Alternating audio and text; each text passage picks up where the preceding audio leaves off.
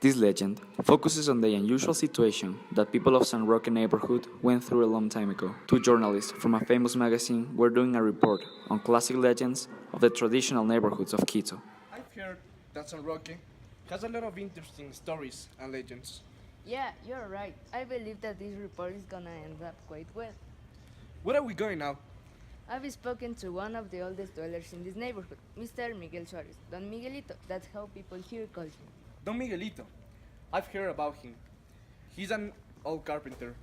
He's an 84-year storyteller, well known in the barrio.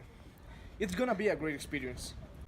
When the two journalists got to Don Miguelito's house, the old carpenter of San Roque, they saw him with a piece of cotton cloth on his hand soaked with varnish, passing and repassing the head of a bed until it was so shiny as a mirror.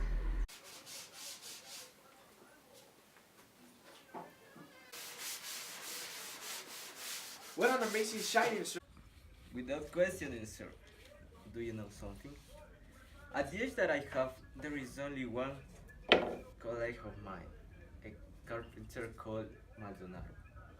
He varnishes as well as me. The others? Nobody. The others are sissy.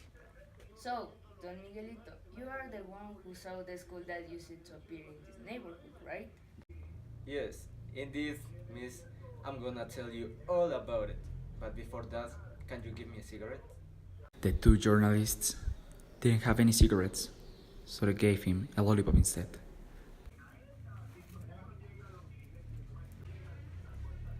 That will do it. Thanks.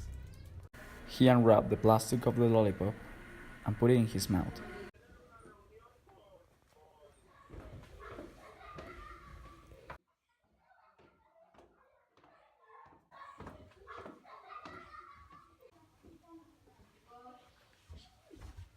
Good morning, honey. Did you sleep well?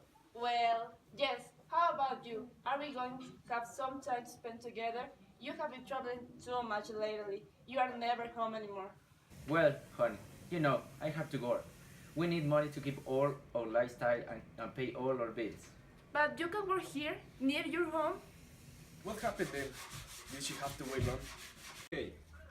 He used to do business in Guayaquil, Guaranda, or at the border with Colombia. Most of his time, he was away from home. And at that moment of absence, on the rooftop of his solid house, a skull just appeared. The skull used to move slowly, tossing out flames from the eyes and the mouth, causing a terrible fear on the neighbors that used to go out at that moment at night. But how did that happen? Did anybody see what that was? Well, everybody was afraid. People also started to believe that every time somebody saw the light of the skull, their eyes got irritated the next day.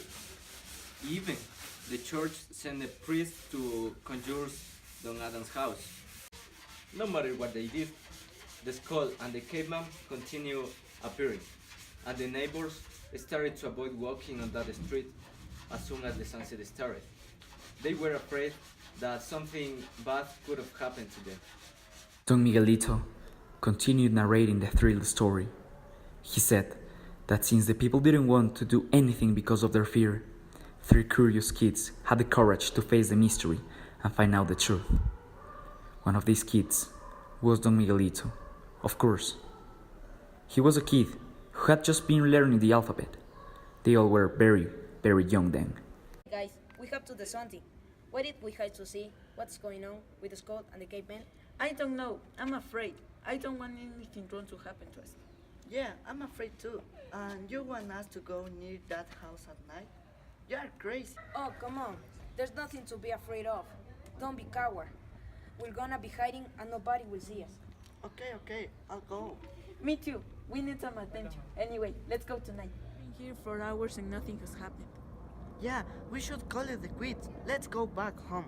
I guess you're right, guys. Let's go. Guys, there's the school. Stay back. Let's get out of here. I want to scream. Me too. Quiet, guys. Stay put. Don't move. Don't make a noise. As soon as we get a chance, we run, okay? Somebody's coming. Hey, somebody's going to the front door. Be quiet, don't make a sound. Did you see that?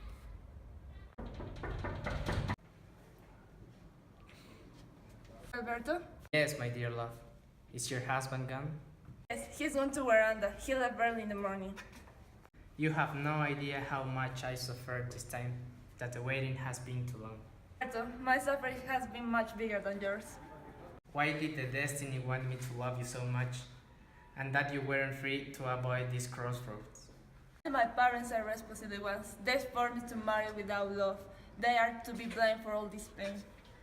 You don't know, Celia of mine, the scandal that is being caused by a signal you put on the rooftop to let me know that I can visit you.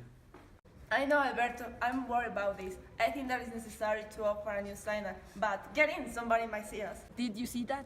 I know the man who got in. Don Alberto, the owner of the big house down the hill. That rich man that donated the bulls for the bullfight? That very same man.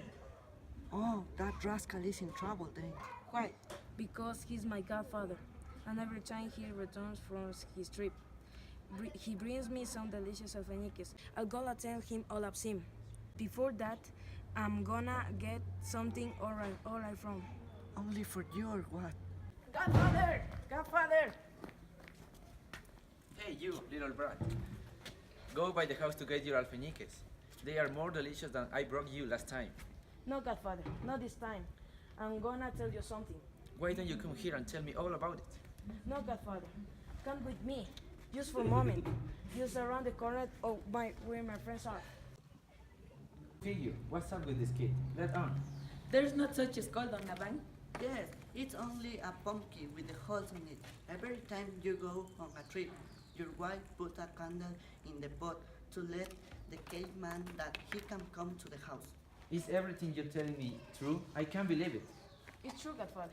If you don't believe us, why don't you have one night and you see it for yourself? Okay, kids, I will do that. Take this to Alice. But if this is a scam and you are lying to me, I warn you, it will cost you real bad. You'll see, godfather. Honey, how are you feeling this morning? You look so beautiful today. I am so happy having you as my wife.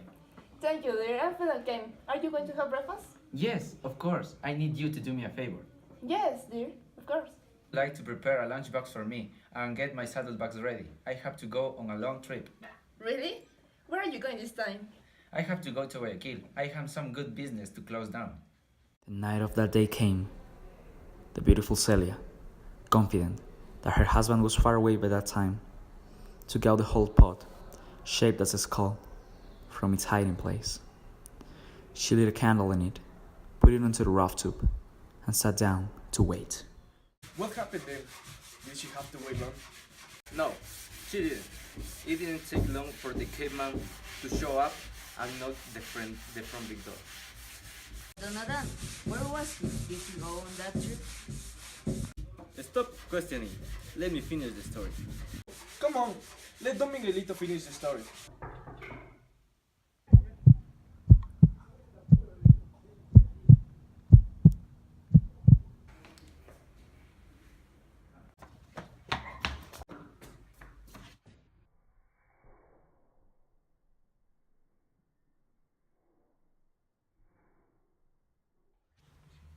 Don Miguelito added that his godfather, in order to avoid justice, had gone to Colombia, and nobody knew nothing about him from that day on, and about his wife, the unfaithful witch, perhaps regretting of her disloyalty, or maybe because the death of her lover had caused her a lot of pain.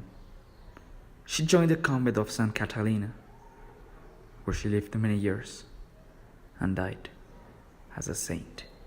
And